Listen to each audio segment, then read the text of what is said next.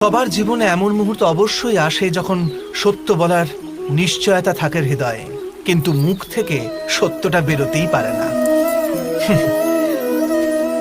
কোনো ভয় মনকে এমনই ঘিরে রাখে। কোনো ঘটনা বা প্রসঙ্গ সম্পর্কে কথা বলা, অথবা নিজের কোনো ভুল হয়ে গেলে সেই সম্বন্ধে কথা বলা, এটাই কি সত্য কথা বলা? না, এ তো কেবল তথ্যটুকু, অর্থাৎ যেমন ঘটেছে শুধু সেইটুকু ব্যক্ত করা। এ সামান্য ব্যাপার। কিন্তু কখনো কখনো সেই তথ্যটুকু বলতে গিয়েও ভয় হতে থাকে। কখনো আবার অন্য ব্যক্তি কি ভাববে সেই দুশ্চিন্তা হয় মনে। অন্য কারো দুঃখ হবে এই ভয়টাও সত্যকে আটকায়।